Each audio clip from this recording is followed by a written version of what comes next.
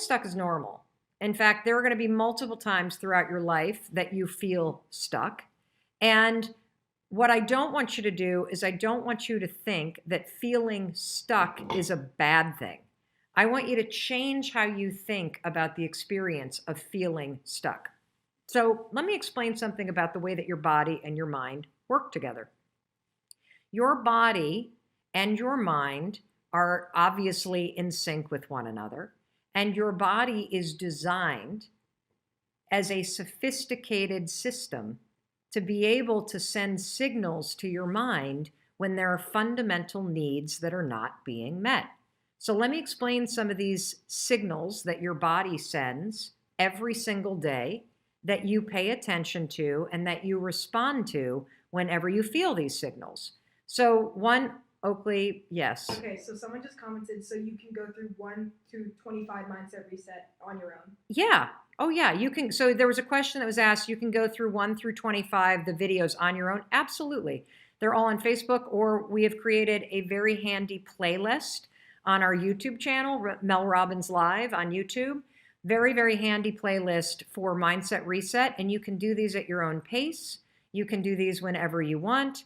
And what we're teaching you in Mindset Reset is all of the killer cool, simple science around how you think, around the patterns that get encoded in your brain, about your default network in your mind and how that got programmed a long time ago, the power of learning how to be deliberate in how you think and how to redirect from thinking something negative to thinking something positive, how to use anchor thoughts. We spent a bunch of time, the morning routine and journaling, because there's a huge connection between what you do first thing in the morning and your morning routine and your mindset and focus all day long. Lots of science around that. I rolled out my journaling method, which you can check out at 5secondjournal.com. And there's free downloads there. You don't need to buy anything. All the science around why I journal the way that I do and how that impacts my mindset and the science that proves it. And then we did anxiety training and all kinds of topics on anxiety from video 13 all the way up until the 20s. And these last couple of videos, we've just been doing really simple little mental tricks. Yesterday was do it anyway. The day before was about the habit of complaining. And today, what we're going to talk about is the feeling of being stuck and the fact that your body sends you signals all day long because it's trying to tell you that it has needs that are not being met. So let me tell you some of those signals. When you need food, what signal does your body send you? You feel hungry. Feeling hungry is a signal. It's a signal from your body that you need to do something. You need to eat. You want to know another signal? Feeling thirsty. Feeling thirsty is a signal from your body that you need water, you need hydration, and you need to drink. Feeling lonely. Feeling lonely is a signal. And that is a signal that you need to connect with people. That's a fundamental need. Feeling cold, feeling wet, feeling nervous as you see a big thunderstorm rolling in. You know what those are signals for? That you need shelter, that you need clothing, that you need warmth, that you need to protect yourself. So all day long, oh, what about another one? Feeling tired. What does that mean that you need? It's fundamental, one of your fundamental needs. It means you need sleep. Feeling stuck works the exact same way. It's a signal from your soul, from your heart. And what the signal means is that you need growth. You see, growth is one of the most fundamental needs of all human beings. So when you have stopped growing in your job, or you've stopped growing in your life, or you've stopped growing in your relationships, you're going to start to feel stuck. So how do you satisfy the need for growth? Here's what you do. You basically ask yourself, what am I curious about? What is it that I could do that would expand my relationship? What is it that I could do that would expand my career? What is it that I could do that would expand my mind and my life? You can sign up for a class. You could sign up for a date night in your relationship. or read a book about relationships in order to help you figure out how to grow it. You could go to your job or your boss and ask for more interesting projects to work on. You could volunteer for things to work on that expand you. All that feeling stuck means is that a fundamental thing that's required for you to be a healthy and happy human being is missing. And it's not food, it's not water, it's not shelter, it's not sleep. It is the need for growth. So if you feel stuck, the last thing I want you to do is to start thinking about how stuck you are, because signals in your body are signaling you to take action. And so if you feel stuck, what I want you to do is I want you to see that as a signal that you've stopped growing and it's time to be deliberate about finding ways to grow. So sign up for something, start listening to podcasts, meet new people, go to therapy, learn more about yourself, take an online course, read a book, take dancing, do something that's going to help you grow. Mistake number one is that you think passion and purpose are the same thing. I hear those two words thrown around so much and swapped in and out of sentences that I need to say it is a major mistake to think that passion and purpose are the same thing. Because the fact is, they're completely different. And the other fact is, you need both passion and purpose in order to live an incredible life that you deserve to live. So let me unpack my simple way of thinking about passion versus purpose. So passion is something you feel. I think about passion as another word for energy. Passion is something you feel. Purpose, on the other hand, is something you do. Purpose is something you do. I'm going to distinguish passion and purpose at a secondary level. You ready? So passion is something you feel. Passion describes the energy that you feel. And the other cool thing about passion is for you. Passion is simply anything that makes you feel more energized in life. I'll give you an example. And I want you to think about what is something that brings passion into your life. And as you think of the thing that brings passion into your life, share it. Because when you share something that you're thinking, it always ignites and empowers and inspires somebody else that's watching this too. So for example, passion is for me. Passion is what I feel. Passion is the stuff that brings energy into my life. So here's my passion. You ready? I love to garden. I love to walk into a flower store. I love to savor a fabulous cup of coffee. I love and am passionate about watching stand-up comedy. I am passionate about hiking. I am passionate about, I'm actually passionate about the polar plunge challenge and doing cold exposure therapy. I'm passionate about getting together with our kids. I'm passionate about walks on the beach. I am energized by making plans to go somewhere. I am energized by cooking. All of these things that I'm listing are things that I do or things that I think about that infuse me with this energy. That's what passion is. And you need that in order to live an awesome life. And passion is so simple to bring into your life because passion is literally just about getting intentional, about filling your time with things that bring you energy. It kind of makes sense, right? That's all the passion is. And now that you understand this simple idea of what passion is, that it's something you feel, it's for you, it brings energy into your life, you now understand why people say, "Oh, I'm living my passion." I would never use that sentence because I think the accurate thing is I feel passionate about my work as a doctor. What they're saying when somebody says that is they're saying, I feel energized by my work. And if you are one of the 89% of people that feel stuck right now, here's what I know. If you look at your day-to-day and your week-to-week life, you are not doing anything that naturally brings energy into your life, positive energy. And a simple way to flip the switch and bring more passion into your life is to become intentional about making time to do the things. Like Marianne, she's passionate about running, designing, chilling with her friends, connecting with people, helping connect people in business, nature, sunrises, so many things. Even writing the things, did you guys notice? Even writing down what brings energy into your life actually makes you feel more energized. So that's what passion is. Purpose is something you do, and purpose is what you do for the world. Purpose is this anchor that you attach yourself to, and it is the thing that you do for the world. It's how you show up for other people. It is the reason why you're doing things.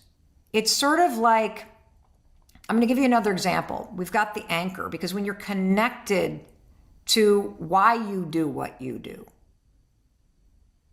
you will not feel adrift, okay? But I'm going to give you another example about purpose.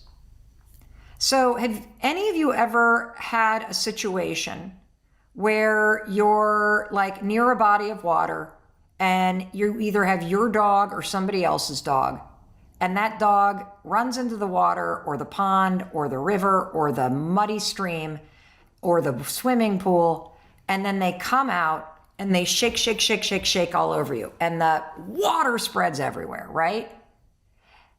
I also feel that purpose is that stuff that naturally shakes off you and hits other people.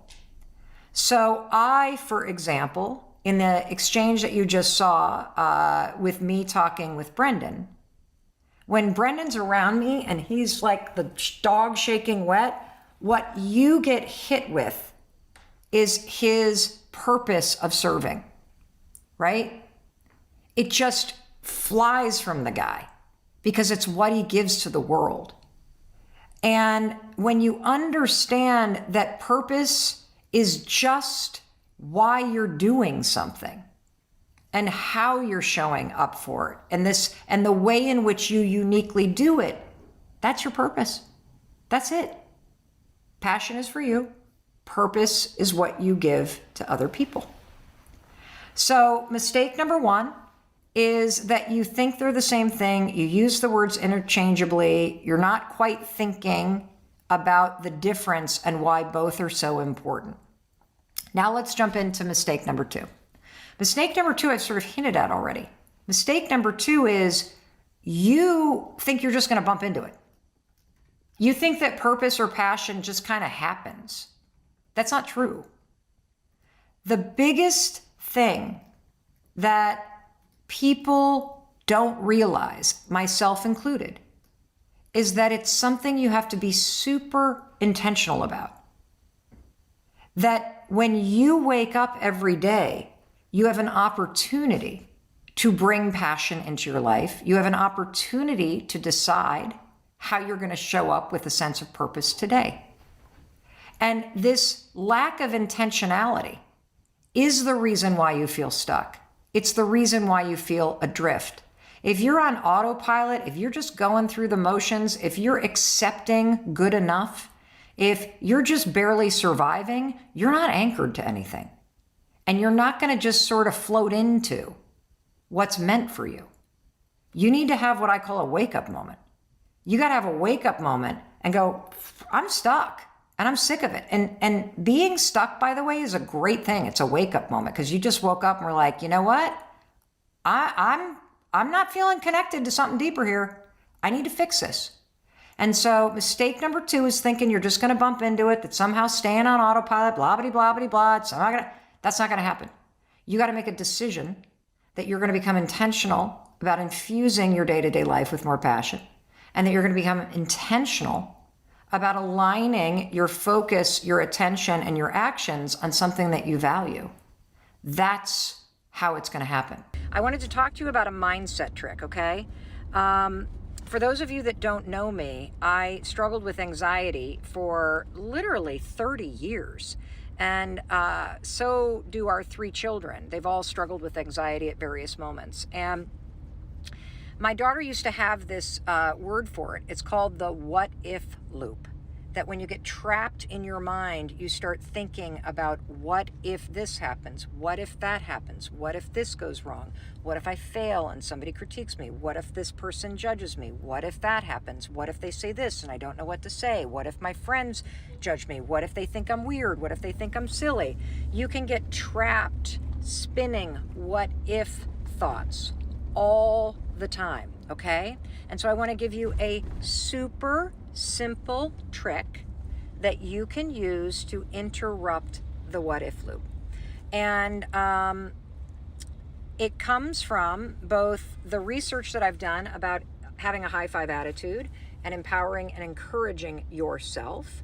And the reason why having a high five attitude is so important is because when you believe in yourself and your ability to face anything, when you believe in your ability through your attitude and your actions to have a positive impact on anything that you're dealing with in life, that's the secret to success. It doesn't remove the obstacles. It doesn't change the circumstances that you're dealing with. It changes you and your ability to face those circumstances and tap into the resilience and the courage and the confidence and the strength that is in you that is waiting to help you. That's what a high five attitude is. It's realistic optimism. Oh, gosh, okay, there's a gentleman walking in front of our car. Okay.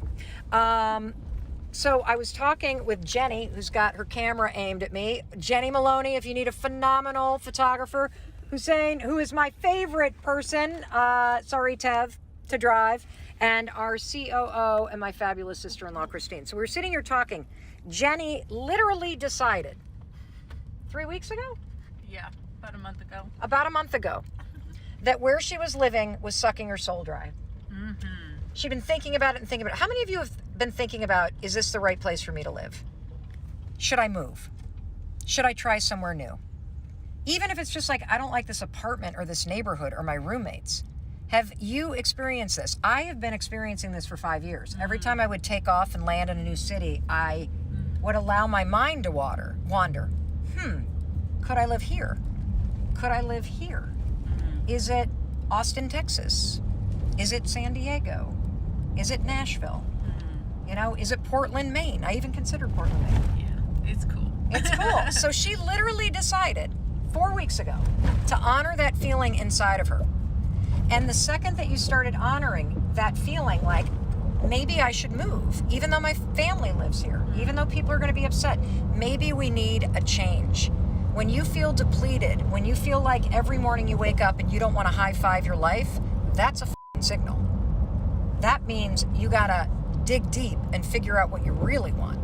And you got to do some soul searching, and you got to find your strength and your courage to face and be honest with yourself about what's not working and make a change. So that's exactly what Jenny did. But when you start to get honest with yourself that you're not happy with your life, any aspect of it, you don't want to high five that relationship. You don't want to high five your friend group. You don't want to high five where you live. You don't want to high five that job. That's when the storm kicks in your mind. Because then you go, well, what if I'm wrong? And what if I don't have new friends? And what if it doesn't work? And what if this? And what if that? And what if the other thing? What if I don't sell my house? What if my kids don't like the new school? What are some other things that you had about it? What if I don't find somewhere to live? What if my house doesn't sell? What if I'm making a big mistake? Yeah, what if I'm making a big mistake? And I was terrified. Terrified. And I thought that was my gut trying to tell me something, but no, any big change is freaking terrifying. Yes, terrifying. Just expect that, okay? So if you don't high five your life right now, that's all the sign that you need to change. Then your mind is going to kick into what if mode to keep you paralyzed where you are, because your mind does not want you to change. It thinks change is scary. This is where you're going to use this little high five attitude flip. And I'm going to let Jenny tell it to you. What is the flip? Just tell them what that flip is. Instead of going, what if this is a mistake? What if this goes wrong? What if it doesn't work out? What do you say instead? what if everything does work out? What if everything works out? I know it's so simple, but it's so profound. What? Can you imagine if you went through life thinking, what if it works out for me? What if I make this big change and I actually love my new life? What if I start exercising and I love it? What if I decide to move and it all works out for me? What if I start this side business and it works out? Imagine placing a bet on yourself. That is how you have a high five attitude. You place a bet on yourself, on your dreams, on what you want, and it can be as simple as swatting away that bullshit. What if it fails? What if it doesn't work? What if my friends judge me? What if I'm unhappy? Look, there are very few things that are, I know, I'm really red. It's because I'm sort of having a hot flash right now. I keep it very real. There's no filter that I can have. I'm 53 years old. This is the kind of that happens to me. But what if, all those what ifs, you don't know if they're true or not. Are they serving you? What if it doesn't work? What if that? What if the other thing? What if, ooh, scaredy cat, paralyzed? Do you like that? How about you flip it? How about you get a high five attitude on? What if it all works out for me? What if it's hard in the beginning? And then a month from now, I look up and go, holy shit, this was the best decision I ever made. What if quitting your job is the scariest thing, but it all works out for you? What if ending that toxic relationship makes you feel scared and you dread being alone again? But what if 2 months from now, when you invest in building back a relationship with yourself, you can look in the mirror and you go, wow, it's all working out for me. That was exactly what needed to happen. What if the heartbreak that you're dealing with or the pain that you're dealing with, what if it's all just a dot on the map of your life connecting you to something amazing? What if it's preparing you for something? What if it all works out for you? You know, betting against yourself makes you feel miserable. Staying in situations that you don't want to high five, that make you feel depleted, it's the reason why you're not happy and fulfilled. I want you to start putting a bet on you, on your intuition, on your happiness, on what your heart and soul are screaming at you to do. If you can't high five every aspect of your life, I want you to stand in front of that mirror and start to get honest with yourself. I want you to get a piece of paper out and put a pen in your hand and start writing down what the do you want? What does a high five life look like to you? And you know what's interesting about using the term a high five life? You know exactly what that means. I don't even have to explain it. It's a life where every day, even on the hard days, you still want to wake up and high five what's happening. You're still waking up surrounded by people and playing a game that's worth playing to you. It's personal to you. And I'm here to tell you, you start to develop the daily habits of encouraging yourself. What if it all works out? What if this is actually the best decision I've ever made? What if it's really difficult and going through this is going to make me a better version of myself? What if 6 months from now, after I make this change, I'm going to look in the mirror and it's not that you're not going to recognize yourself. You ready? You're actually going to recognize yourself. The you that's in there, the one that you're ignoring and criticizing. What if it all works out for you? That's my message for you today. I want you to take on that high five attitude. What if it all works out for you? I'm sitting here high-fiving you every step of the way because I believe that something amazing is happening in your life. I sense something extraordinary is about to happen for you. And when you start to leverage a high-five attitude, what if it works out? What if this is the best decision I've ever made? A really difficult one. But what if this is the best decision I've ever made? You know, I love to say that you're one decision away from a different life. So make the decision away to swat away those negative thoughts and bring up that high five attitude. What if it all works out for me? Believe. Anchor down in hope and optimism and faith and in celebration of yourself and your ability to pivot your life anytime you choose. That's what's available to you. The second you decide to just get that negative shit out of your mind and adopt that high five attitude, because I do believe that I sense something incredible, extraordinary is going to happen for you. But first, you got to start to say, what if it works out for me? What if this is the best decision I've ever made? What if I place a bet on myself for a change? Wouldn't that be cool?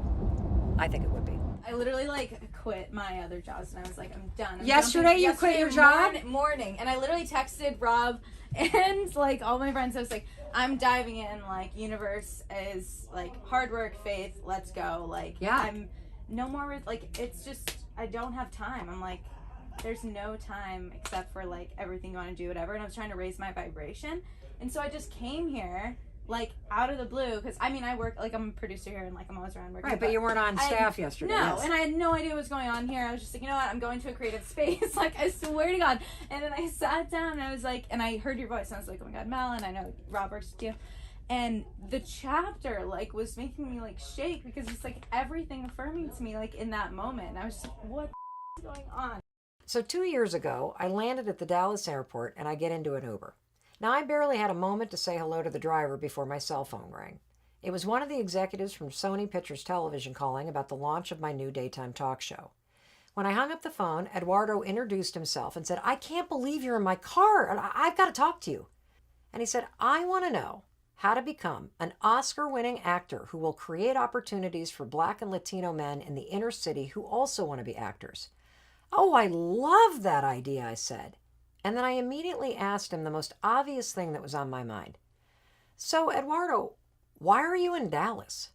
If acting is the game you want to be in, you have to be in New York or LA. He paused. Right. How old are you? 25. Oh, cool. Well, you have two choices, I said. You can either stay in Dallas or move to where the action is. And if you're 25 years old, I'm going to assume that like the 25-year-old me, you don't have a house and you don't have a spouse and you don't have all the obligations that the 50-year-old Mel Robbins has, so you got nothing tying you down. After you drop me off, you should give 2 weeks notice on this job and you should move to New York or LA. You need a specific date so you can stop thinking about what you're going to do and start taking steps to make it happen. Give yourself a deadline. This is your dream, not mine, Eduardo. I could feel him thinking. Well, now the tears were flowing. So, Eduardo, you got to train your mind to spot all the opportunities that are right in front of your face, rather than the obstacles. Can you give me one thing that happened today that is evidence that you should move to California? And he said, this conversation right now. I cannot believe that was happening. Well, but you need to believe it, and here's why. Yeah, right. Here's why. Yeah. Okay? It's crazy. You put it in motion by quitting your job. Mm. Yeah. Don't give me credit. You put it in motion by quitting your job. And so when I talk about the fact that you can look backwards and be like, oh, that's how all the dots line up in my life and brought me here. Now it all makes sense. I'm telling you, this moment is a dot that is going in a direction you're meant to go. And the more intentional you are about the decisions that you make and whether or not they align with where you want to be going, you have the power to change the trajectory. Anytime you make a decision, you did. You quit your job yesterday. You made a decision to come here because it's where you feel more creative and alive. And you walk in and you hear me recording the first audiobook that I'm releasing in literally 4 years. And you hear the chapter about a guy who is dying to move to LA and too scared to do it. Yeah. If that is not you putting exactly what you needed in place, I don't know what is. Don't give the universe credit. Yeah. Give it to yourself because you're the one that finally woke the up and made the right decision. Now I've been working on my debut album with Rob here. You are? I have been, but recently okay. I've been denying my dreams a little bit and crawling back into the resistance thing. Why? What is it that makes you pull back from your dreams? It's the when you actually feel what you want.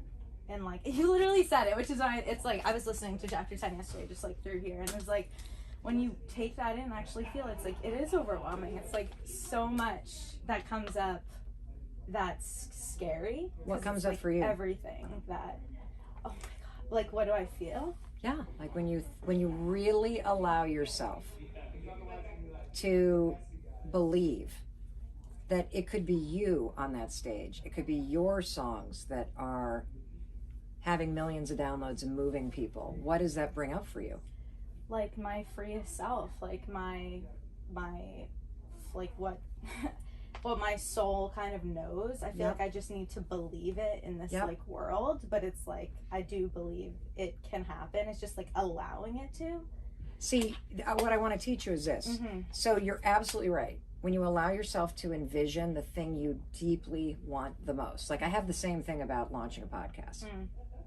If I really allow myself to believe it, it's that we will be the number one podcast, period. And I can feel it. That is my soul pulling me forward. Totally. But what's keeping me from really going all in and doing the work is this deep sense that I still am not worthy of the things that I want. Yeah.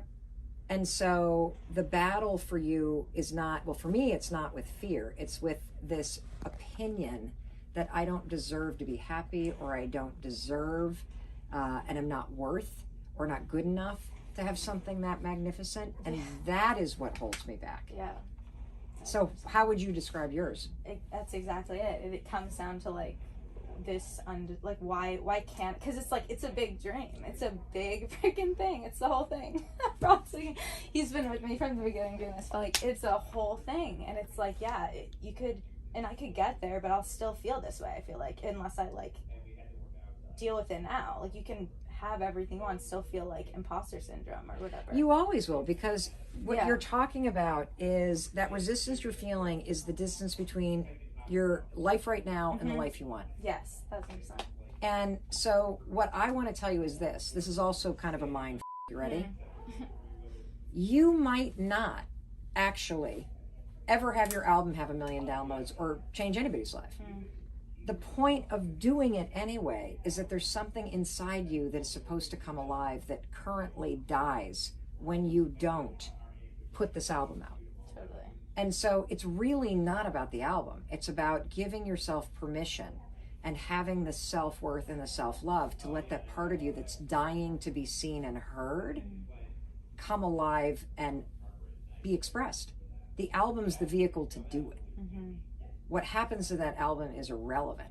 The most important thing is that you see that it's this opinion that you're not worthy or good enough that stops you, being like, that, I'm not listening to it, and allowing the part of you that wants to be seen and heard to just come out and be you. And thank you so much. And it's like, it's crazy because like whenever we're working in here on music, like I'm the happiest. All my anxiety goes away. Like everything feels like homeostasis. Yeah. But then, so I just need to keep doing that, Yes. like you said, because that's the thing that needs to be fed. Yes. And just let like the rest take its course, I guess. Yes. But that's what matters, is kind of what you're saying, is like Well, doing the thing and not what's going to happen, I guess.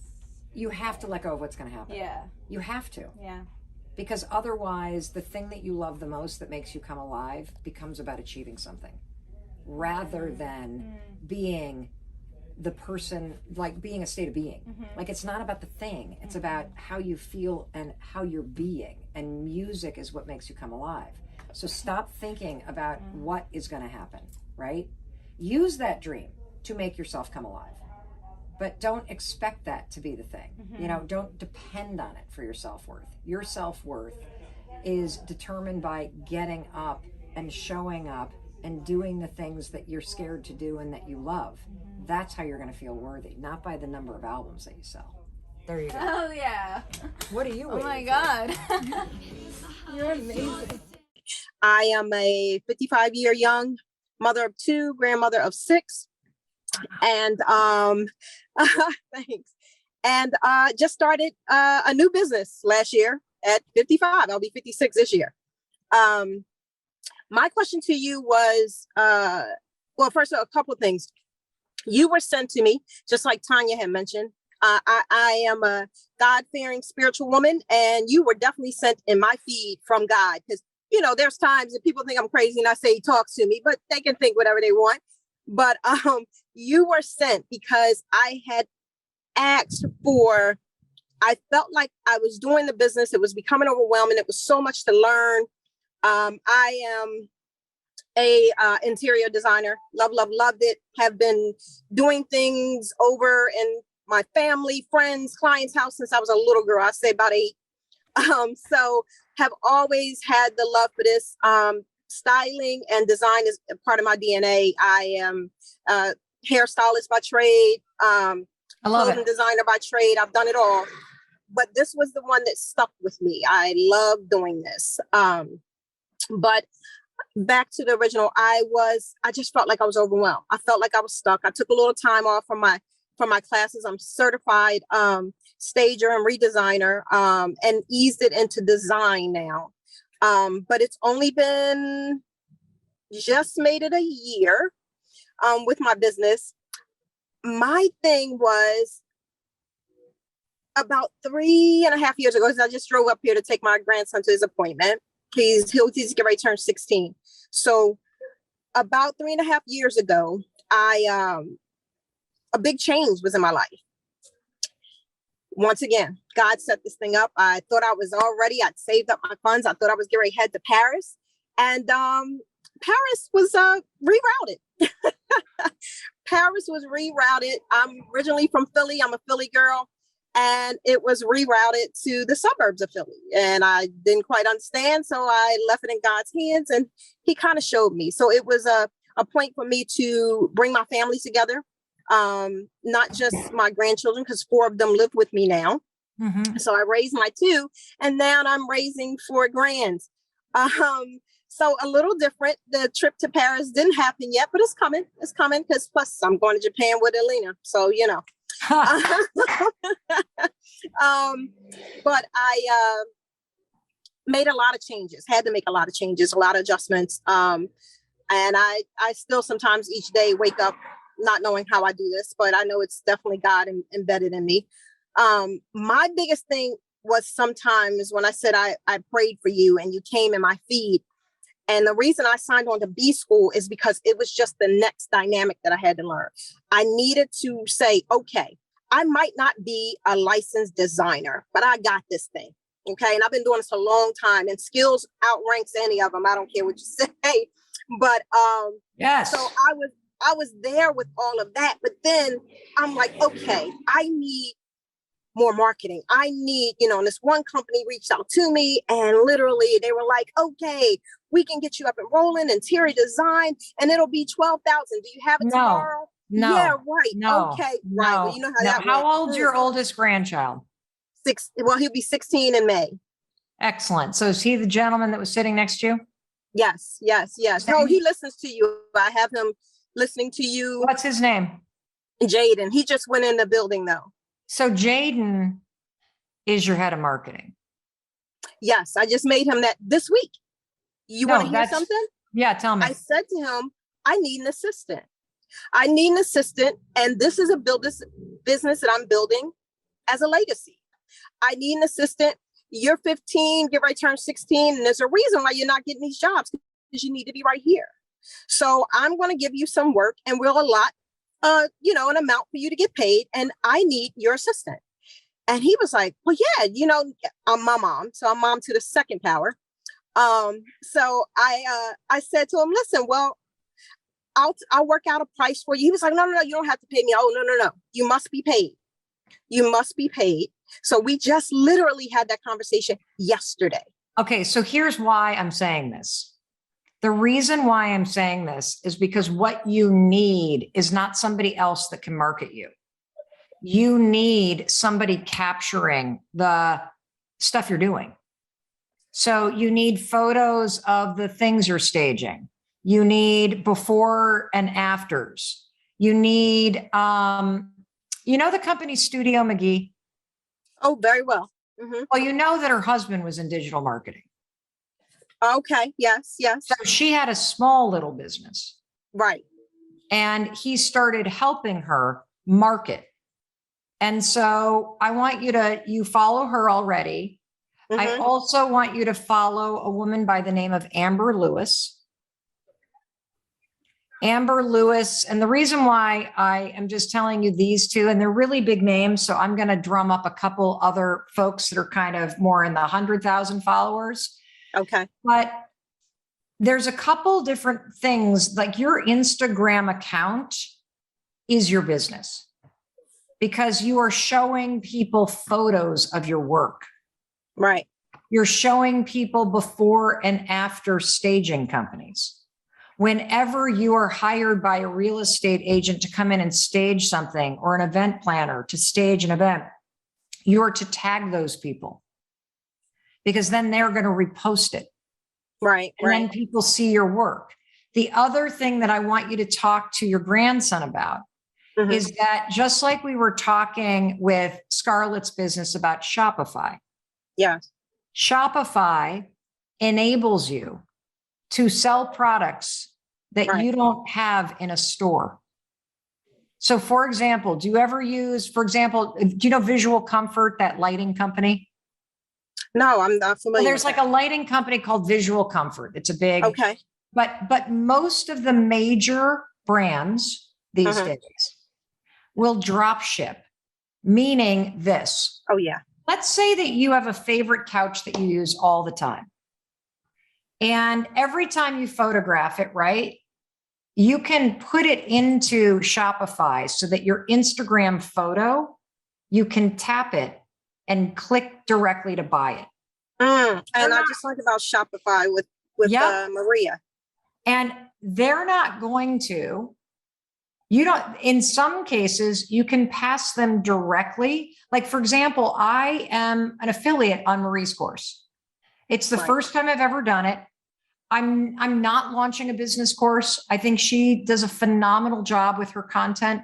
Yes. And I believe in it. I get asked all the time about it. So I thought, I'll help you out, Marie. And yeah, I'll take the affiliate link.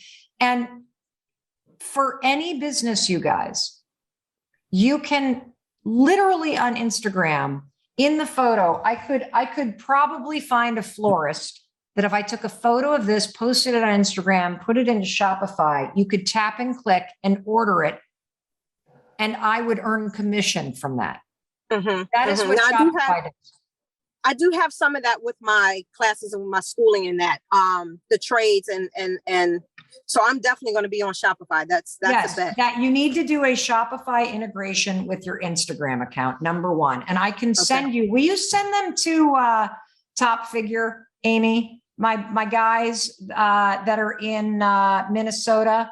I love these two guys that founded Top Figure. They specialize in Amazon stores and Shopify, and they're just freaking awesome guys. Awesome. Tell them I sent you. Okay. I love these two. And so they will help you, and they will even they will probably talk your grandson through it. They also offer super inexpensive courses, but they will, trust me, I'm sure they've got free content to help you set it up. But there is thank you. But I want you to think about, how do I show everybody the work I'm doing? Even if it's like you sitting in the front seat, here she is working on her stuff. Like, that's what you want out in the world. And then here's the other thing I want everybody to hear me loud and clear. Only 5% of the people that follow you see your content on social media. 5%. Keep reposting the things that do well. Yes, yes. So when you get really good installations or before and afters, repost them every month. Because 95% of your audience didn't see it. And if you like other people's work, repost their stuff and call out to, hey, here's here, one of my favorite designers, so-and-so, give her the credit. You can even put that into Shopify and sell the lamp in her design. Awesome. Awesome. Awesome. And here's the thing. It's great. I originally wrote in last night about how do you keep your motivation going? Like you as a person, me being a mother of two, they're gone, but now I have the 4 grands. But in all honesty, from me being on this call, maybe 30 minutes ahead of time, but from me being on this call this long, oh my gosh, the motivation is already set up. It's already there. It was just the extra click. And like I said, with B School, it was the marketing piece. It was really, because my website is up. That's been it's beautiful. It's things that I need to update on it. I need to make it more personalized so that they can know who I am, because I sell me every day. Yep. And basically you answered the question from everybody answered it for me.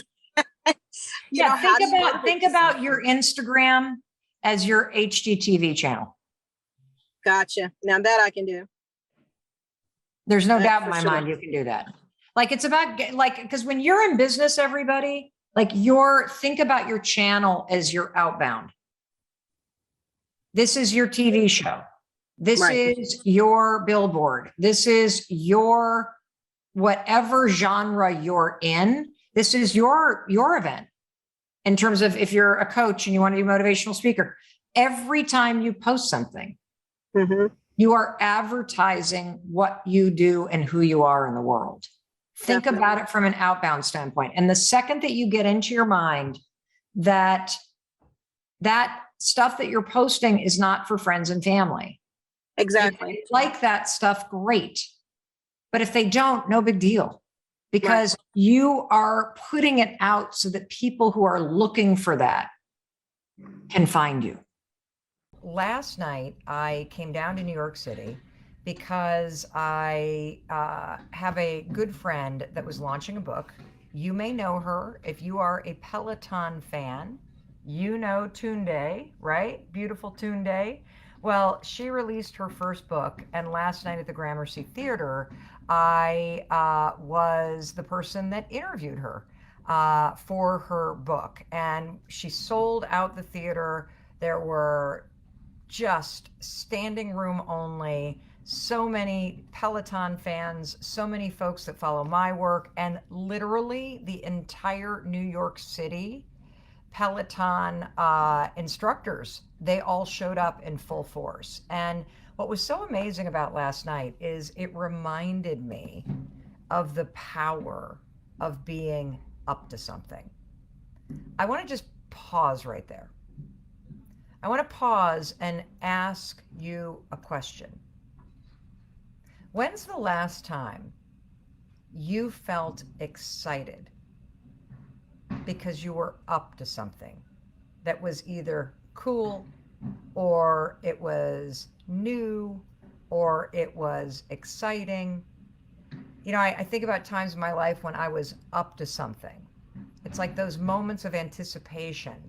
I was applying to college, or I was applying to law school, or I was making a decision that I was going to leave a job that I didn't like, or even after a breakup, you know, where you're newly single and you feel like, whoa, oh, I love how many of you are saying right now, I feel like I'm up to something. Right now, you know, I feel like I could be a part of something. Or maybe for many of you who are saying, I don't feel that way, Mel. I'm feeling like my life is pretty stagnant. It was a long time ago. I can't remember when. I want to have you imagine something. Imagine how energizing and exciting it would be to wake up every day and feel like you're a part of something really cool. Imagine if you made a decision that starting literally today, you were going to be up to something. You were going to push yourself. You know, it makes me kind of sad, everybody, how many of you are sitting there saying, I can't even remember. I've lost my direction. And I want to tell you something. If you feel lost, if you feel stuck, if you feel like it has been way too long since you've had something that you've looked forward to, I want to tell you something. You deserve to have that energy back in your life. You deserve to get the push that you need, because last night was a reminder of something. You know, it's so easy, and I know that I can fall into this too. It's so easy to kind of get stuck in your rut, especially after working from home for 2 years, especially after coming through the pandemic, especially after being in this routine of isolation and feeling like nothing is ever going to change. Last night for me, being in New York City and just coming down and being with friends and seeing how energizing it is to be around people that are up to something, it reminded me of this piece of research that when you hear it, it sounds kind of stupid, right? But then when you stop and think about it, it's so true. When researchers study happiness, you want to know something crazy about happy people? Happy people are just prioritizing and making time to do the little things that make them happy. And what we also know, and you know this too, that when you look forward and you see things in your calendar, just this weekend, for example, just this weekend having something that you've planned, something that you're going to be a part of, that just having something just out in the near future to look forward to, it gives you two bursts of energy. Two.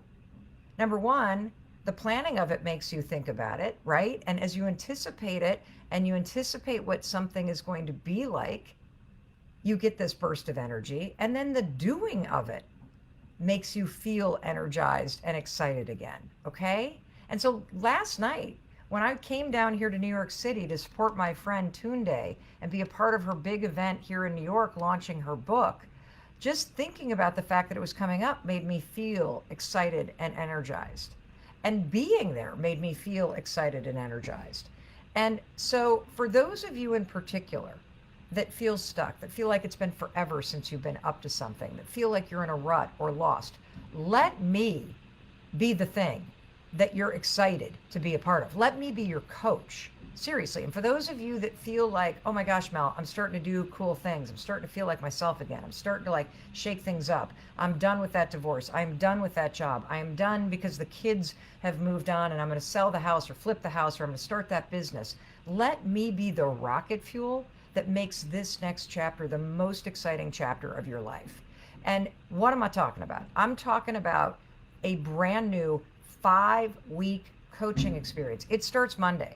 I'm on today because this is literally like last call time. I'm not kidding. Launch with Mel Robbins is brand new. It starts on Monday. Imagine how exciting it would be if for the next 5 weeks you knew you were going to be with me every day. Imagine how energizing it would be for you to be part of something so awesome. And what is launch? Launch is me being your coach. Launch is me being in your life every single day, giving you the support, the simple structure, the encouragement. It's me pushing you to think bigger. It's me pushing you to start moving again in a direction that energizes you. It's me getting you to lift your head up and raise your gaze and start to plan things in the future that make you excited about your life again.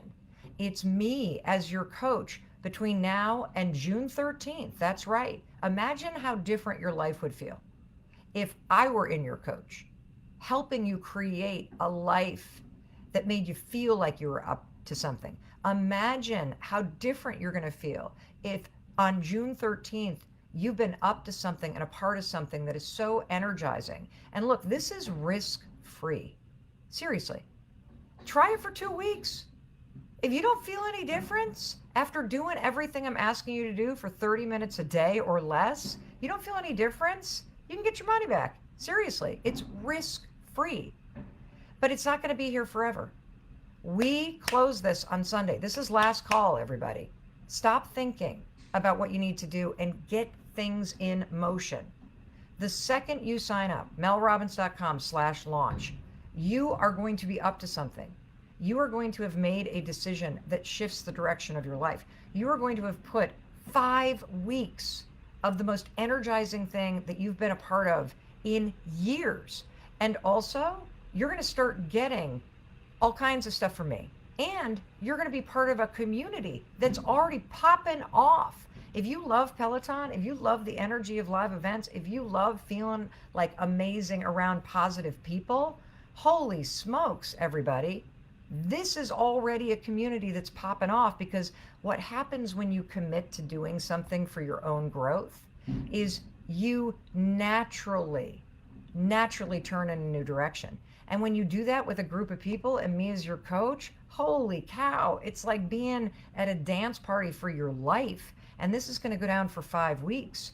And on top of that, as people started to sign up from around the world, everybody, they started to say, whoa, I don't want this to end June 13th, Mel. I'm already so excited about what I'm going to start to do with you as my coach. I don't want this to end June 13th. And if you know me, you know all I want to do is serve. And so I'm like, okay, then let's not end it June 13th. So for 5 weeks, I'm your coach every day from May 9th till June 13th. We're going to practice new habits. I'm going to keep the energy up. I'm going to tell you what to be doing every day in order for you to start creating a life that you really want to be living in this next chapter. I'm going to help you find the confidence and the courage to be able to truly be honest with yourself about what being up to something in this next chapter looks like for you. We're going to get you into action. We're going to start practicing new habits. We're going to create a plan for the things that you really want to be working on and to change in your life. And you're going to, by June 13th, feel completely different. You're going to be in action. You're going to be proud of yourself. You're going to be energized. That's what Launch with Mel Robbins is. It's not a course where you just sit and you watch videos of me and that's all you do. That's not what this is. This is a course about action. This is a course where you're a part of a community and where you're re-engaged in your life, where you're creating a life that makes you excited to get up because you feel like your life is headed in a direction that's exciting to you.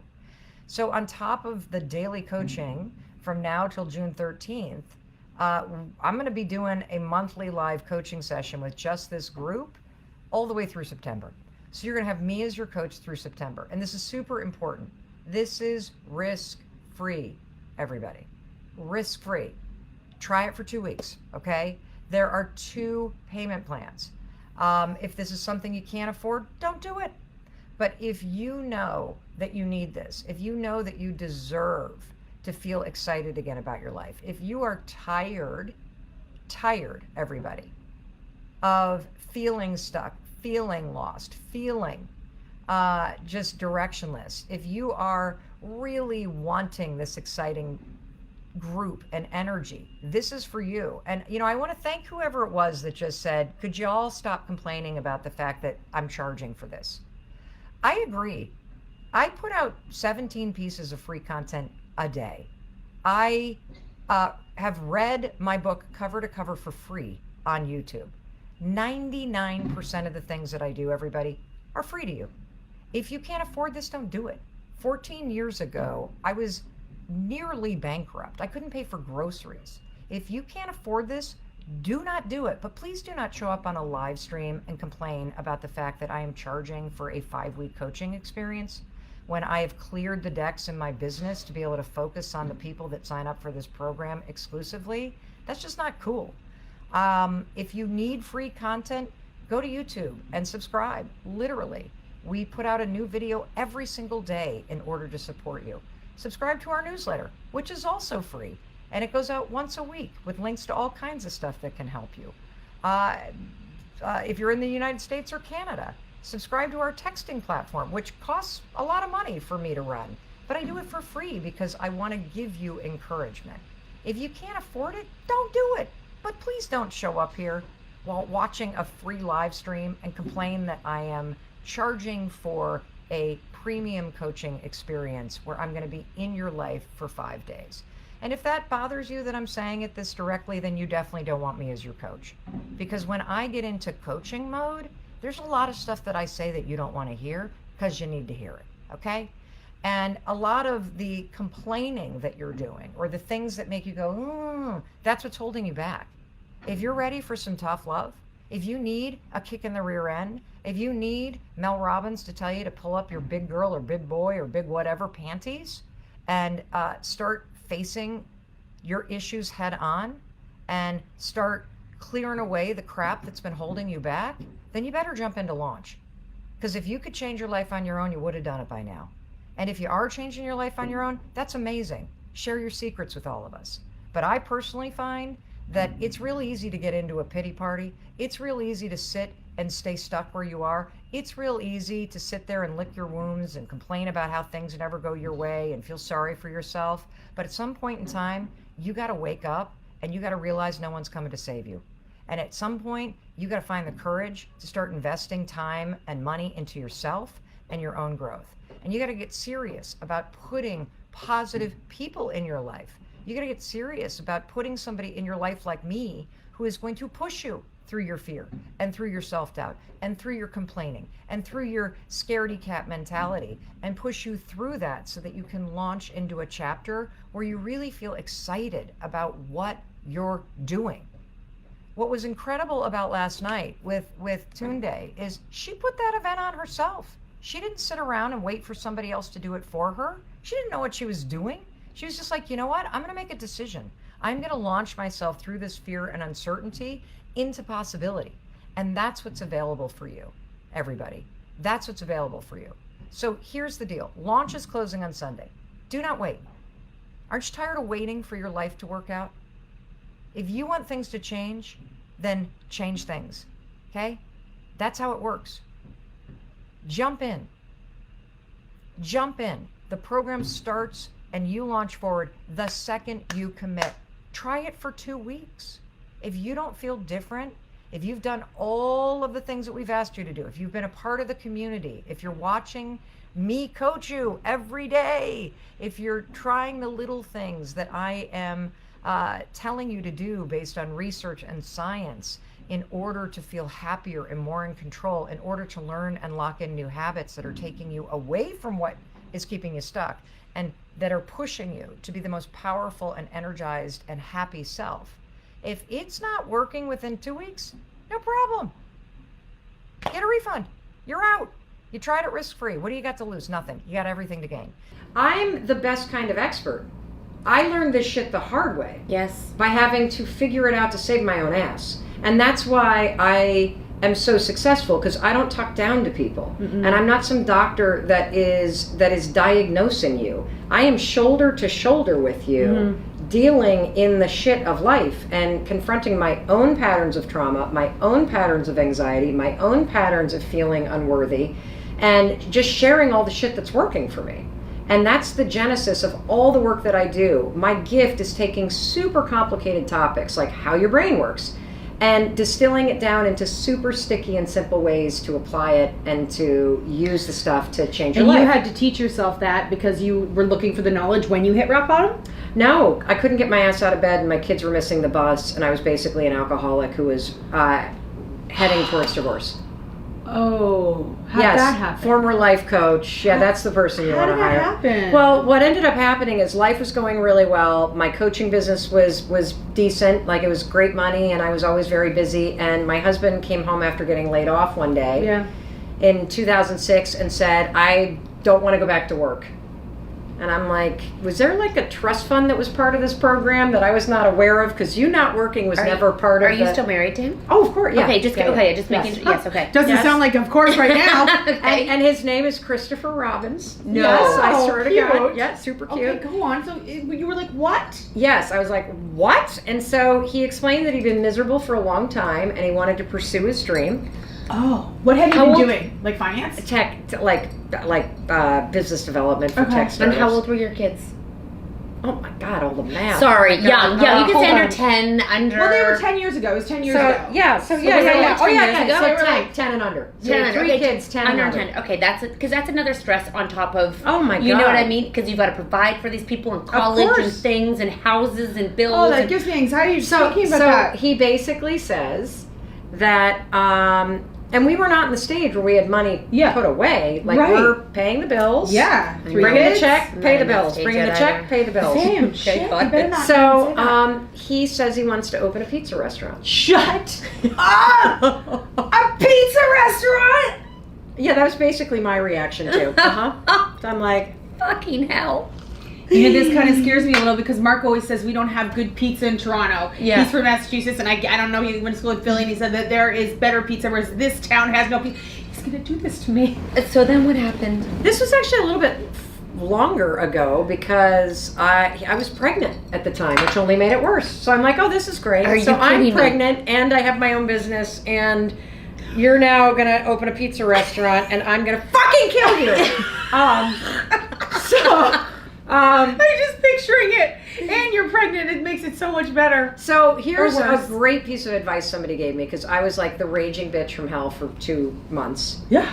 because I just wanted to kill him and shame him into getting a job. Oh. And this friend of mine said, sounds about look, Chris has made his decision.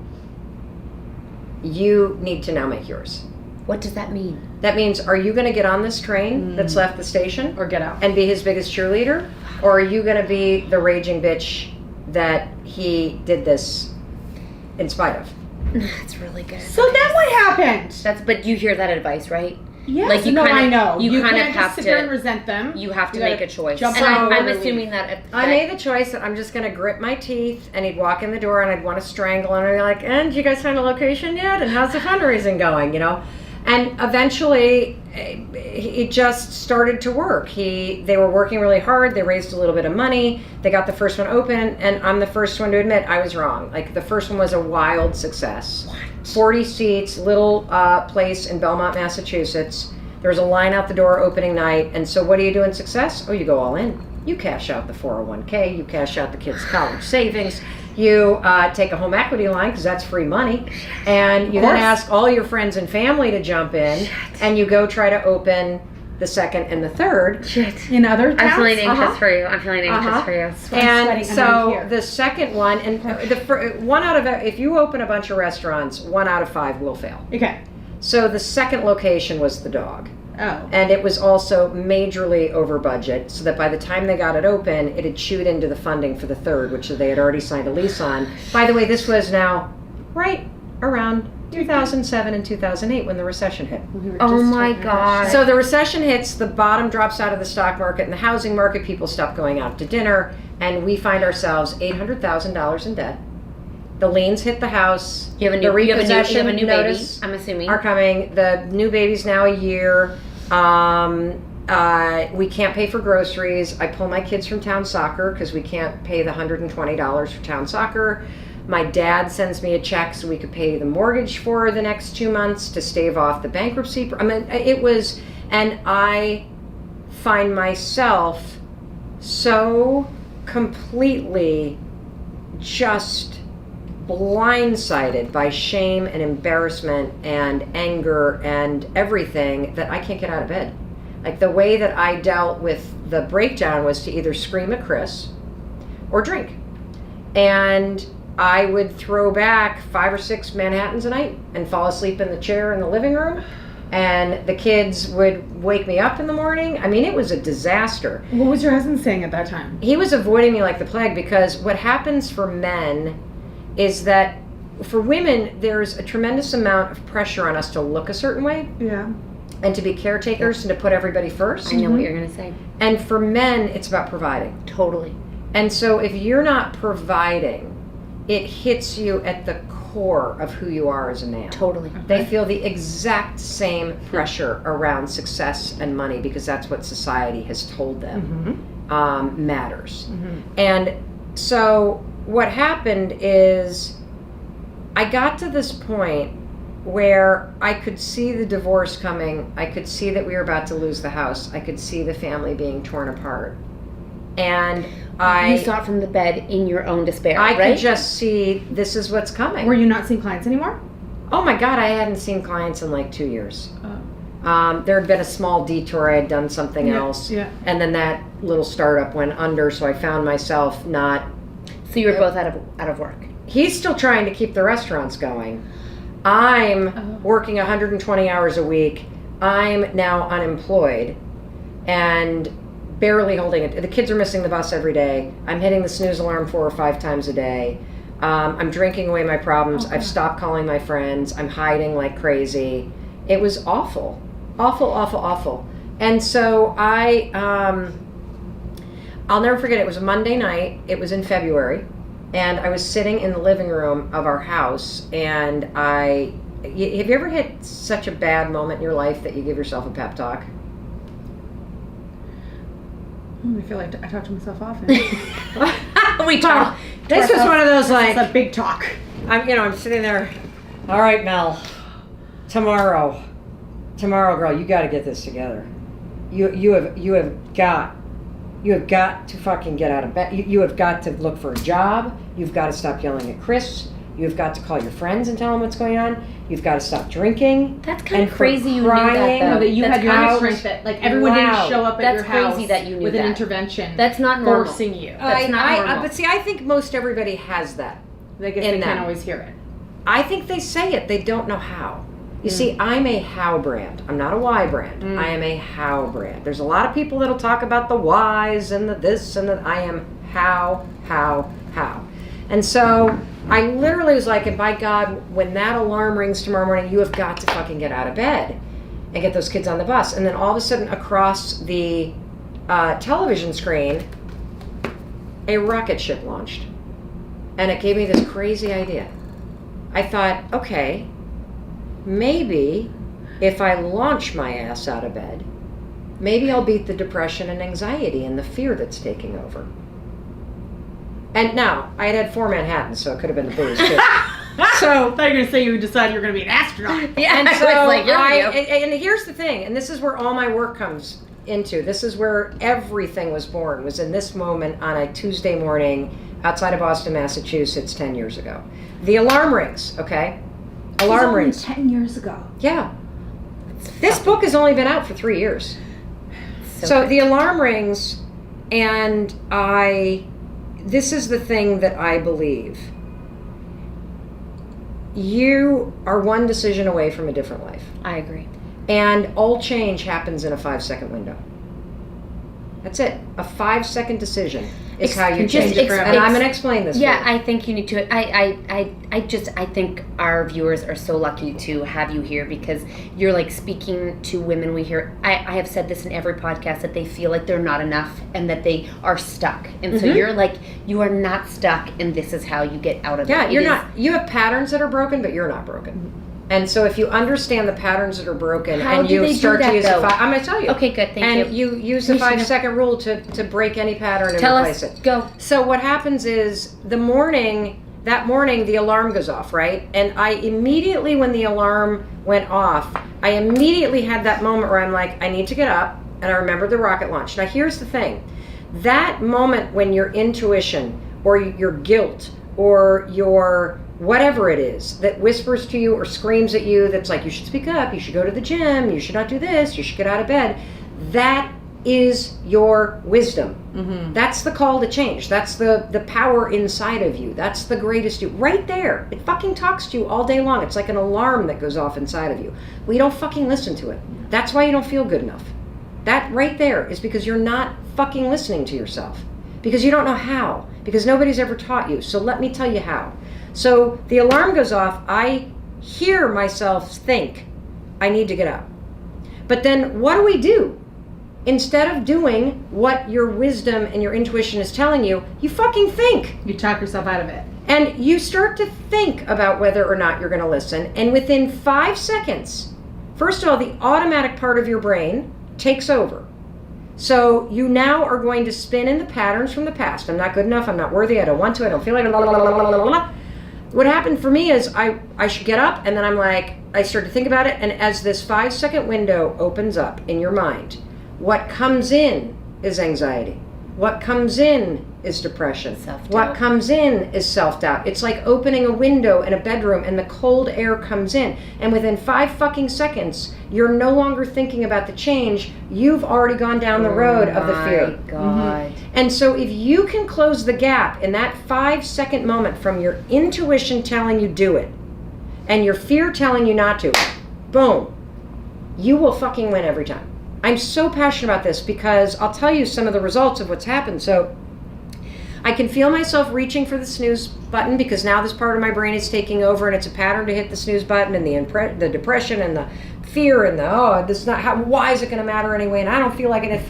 I just went 5, 4, 3, 2, 1 and stood up. I used it every morning, and then I was kind of like, so I invented something irritating that helps you get out of bed. How's this going to fucking pay the bills? And then I said to myself, just hold on a second.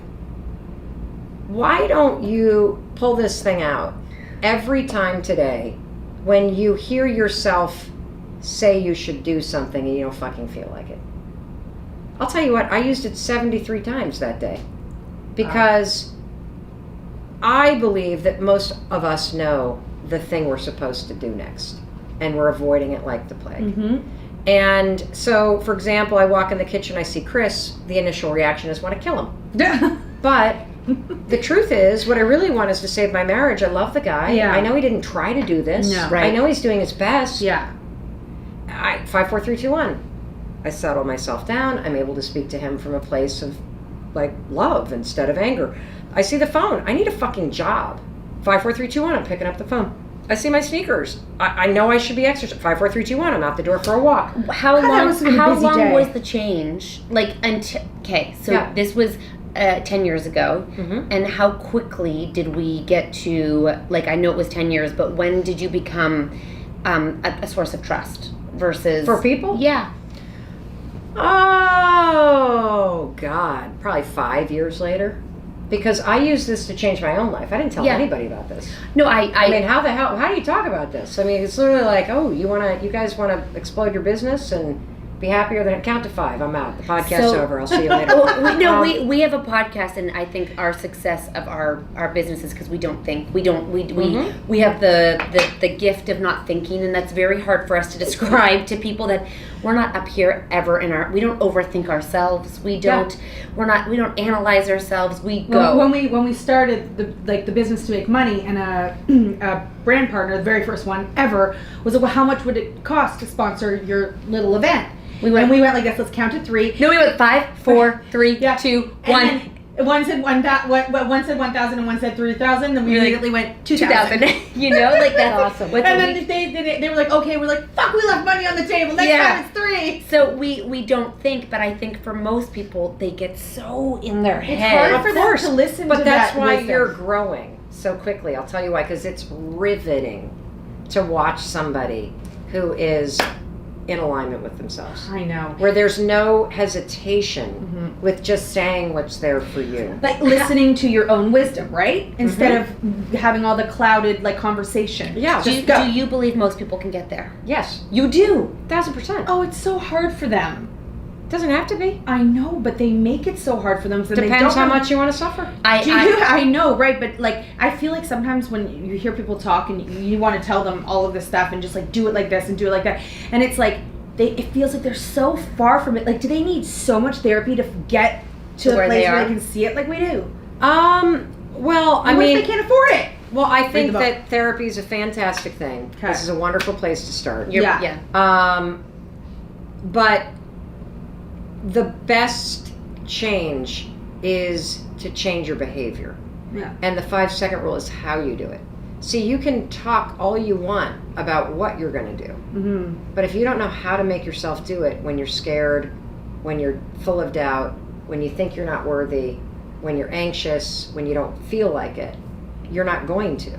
Yeah. And so what happened for me is in the course of 3 years, Chris used this with his partner to do all the hard things they were avoiding, to talk to investors and tell them what's Yeah. going on, go back to real estate agents or real estate folks and renegotiate leases and scale back on the business and jump back in and do 50 million jobs, and slowly but surely everything started to, Does he still have a pizza joint? thank God, no. Okay, I was like, wait, we need to wrap that up where he doesn't. I can't wait to go there for pizza. That left. It's excellent pizza, but thank God, no, he's out of the restaurant business. Okay. So I 5, 4, 3, 2, 1 started cold calling to get a job. As a what? What were you going for at the time? Well, I went for the first thing I thought, which was a radio audition that paid $50 a week for a 2-hour show on Saturday mornings. I ended up landing it.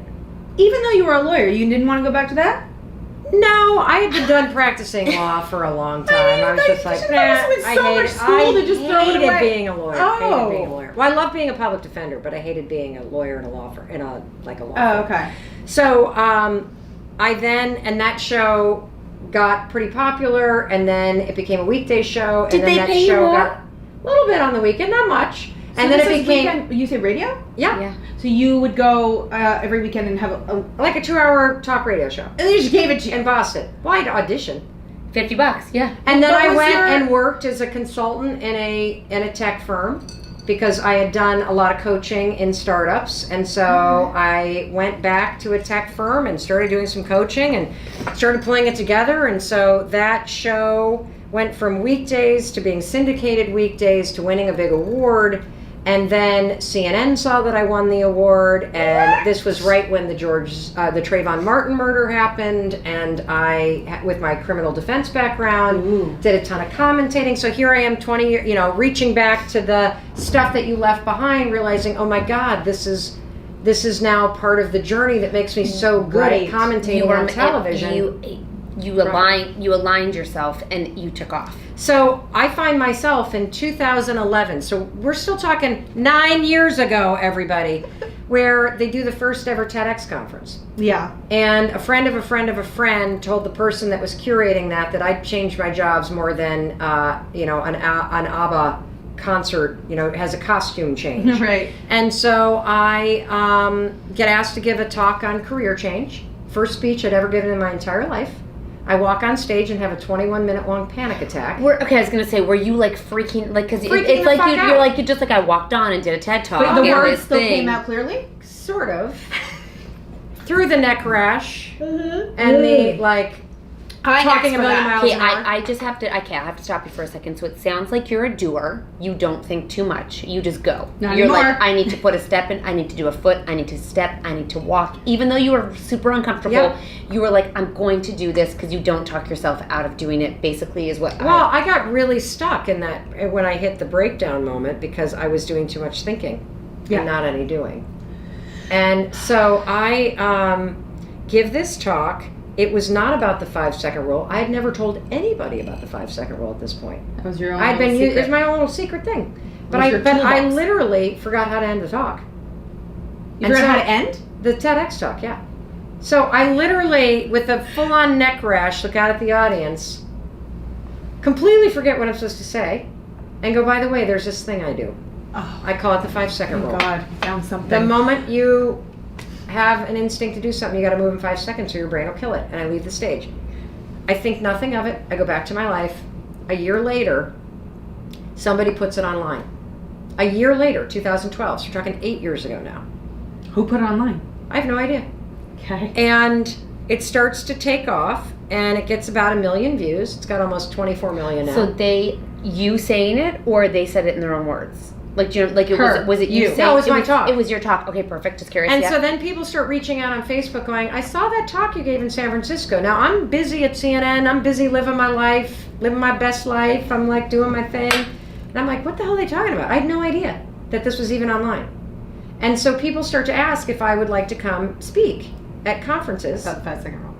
Yeah, and I'm like, okay. So I maybe do 7 speeches over the course of 2 years where I'm not paid. I have no idea this is a thing normal people do. Okay. No I'm not agent. looking to do this. Okay. And it was at the Pennsylvania Women's Conference. I had a room of 1,000 people.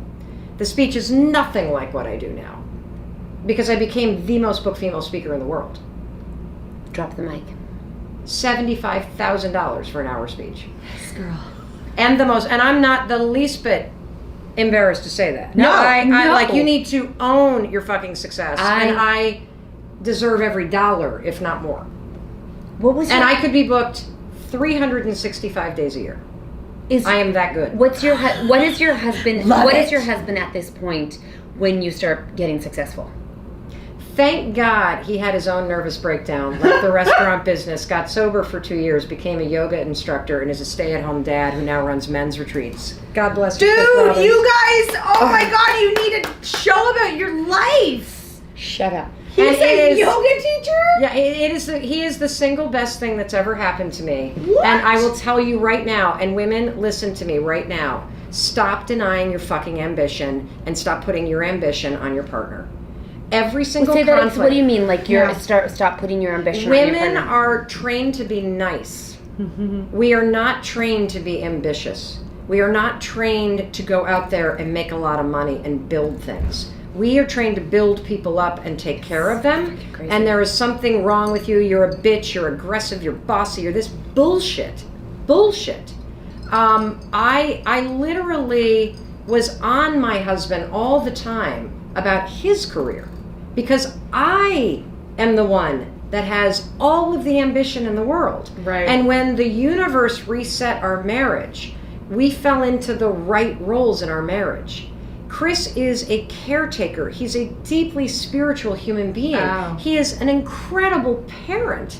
He is centered and organized and rational and How did smart. during and all of that crazy stuff, what did you guys go to, like couples therapy, or how did No. you figure that out together? Because that seems like really big Profound, problem, profound, like really profound. big issues.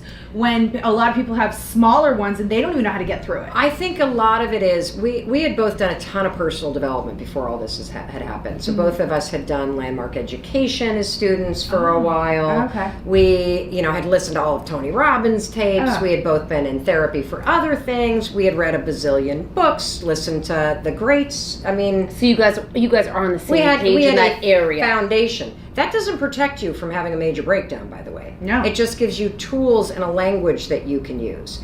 And so what happened is that he went searching for what happiness meant to him and really had to deconstruct the pressure that society puts on guys.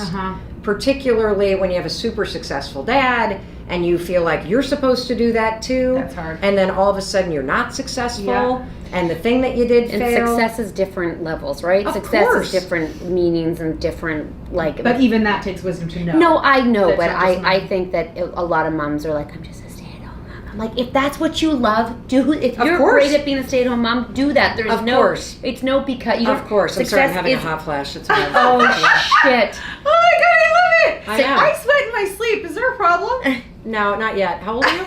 Did she- 40. No, you're fine. That's not happening yet. You're fine. That's probably the drunk sweats. That's not the I've had those too. You're too plowed.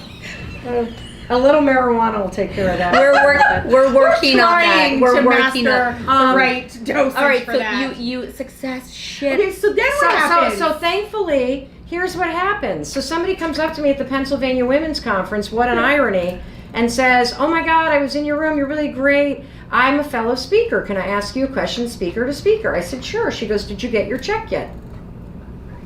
Touche. And I go, check? You got paid for that shit? Oh shit. She's like, you didn't? I just assumed you did. You were in the huge breakout room. I'm like, I didn't know people got paid for this. So then I had no idea what to charge or You're how like- the whole thing worked. Thank God she came and asked you that. No kidding. And so I made myself a promise that the next time somebody called, I would 5, 4, 3, 2, 1, take a deep breath and say, what's your budget? Okay. And then I would go 5, 4, 3, 2, 1, and I'd say, normally I'm double. And then the first phone call came in, and it's the man who runs my entire speaking business, Darren Powell Speakers. Love Darren. Oh, so Darren has other speakers, but he's like the agent. He was the first one. He was the one that found me. It was meant to be. No question. No question. How did he find you? His wife had seen, Lori had seen the speech going viral on Facebook. Okay. And she is a partner in Jay Hilburn, the men's custom suiting company, and she asked him if he would reach out to me. Yeah. Because I'm, blowing up online, find out who her agent is, and can you get her for a sales conference? So he called me. Now, meanwhile, this is 5 years ago? Shit, a lot happened in Just 5 5 years. years ago. Mm-hmm. Woo! And the phone rings. I can see myself sitting in the kitchen, and he introduces himself and asks if I'm available, and I 5, 4, 3, 2, 1, take a deep. What's the budget? He said $10,000. I dropped the fucking phone. That was like 3 months mortgage. Yeah, that's yeah. like Yeah. we only recently clawed our way out of the debt and started saving again. Like, it was such a hole, and restored our 401ks and the kids' college funds. Like, Are you mind blowing at yourself? In yes. 5 years, you've restored all this shit and saved? Oh yeah. $75,000, babe. Come on babe. now. Got it, babe. Got it? Got Come it. on. Sure. So I started speaking like crazy, and that first I would year, too. oh my God, because I'm like, oh my God, Yeah. yes, Because you want to just get your family and back. plus, yes, I'm Yeah. doing this because I'm like, I'm now going to go out, and I am going to go, and I'm going to like support my husband in really healing himself and pursuing what he is truly meant to do, with which zero is to be a resentment. Zero, because we get so fucked up around what it means to take care of somebody else. That somebody's got to buy you something, or somebody's got to make amount of money, or somebody's got to provide you that renovation you've wanted, or the trip to Disney, or whatever the fuck it is. The support that we all need is emotional support. And when I stopped bashing my husband for not making the money I wanted, and I could actually see all of the shit he was doing that is worth more than any dollar could pay for. Wow. And so I immediately realized there's no way I could do 110 speeches a year if without him. he's not home as the anchor for our family and the anchor for me. I do have to say most women don't have a Chris. Yes. Like they don't have that. Yes. So that would be a barrier for a lot of them because they have to take care of they have to be the anchor and Because he doesn't know how to be. Yeah. You have to train them. Oh. And what if you're single with kids? Then you got to find a support system. Yeah. And you also have to stop beating yourself up, and you have to, I think, bring your expectations in line with where you are, and you have to find small ways to inch your dreams forward and small ways to take care of yourself. Do you think everyone has a dream? Oh, of course they do. You see, if you look at Maslow's hierarchy of needs, right? So the big triangle we learned about, and at the bottom, you know, you die if you don't eat. Mm-hmm. You die if you don't have shelter. You die if you can't breathe. You die if you don't have water. And then you kind of go up a little bit. You then have the needs that are not life or death, but are just as important for life, which is sex and community. Is sex up there? Yeah, it is. Shit. A good vibrator will keep you going. Okay. It doesn't have to be a man, right? Okay. Of course not. Okay. No. Yeah, and you know it doesn't. And if it also doesn't have to be a woman. Like it could. you can have sexual relations with yourself. So, ladies, do you hear that? So the thing that that we don't talk about is the top need, and that is a need for growth. We all have a fundamental need for growth, and so but this has to be met in order. You have to be like if you're if you are just making it by to feed your family and you are working 18 hours. Like I think we're so cognizant of the women who are double shifting just to feed their children and their spouse might be deployed or they might be single or you know it doesn't mean it can't come down the line. But right now you're doing a great job right there. But you know, even right there are baby steps that don't take. But too much. but hold on. Here's what your dream could be. Your dream could be that your kids launch into happy lives. Yeah. Your dream could be that you are present and enjoy, for the most part, your life. Hey, it's Mel. Thank you so much for checking this video out. And if you like this one, I have a feeling you're going to like this one too. I'll see you there.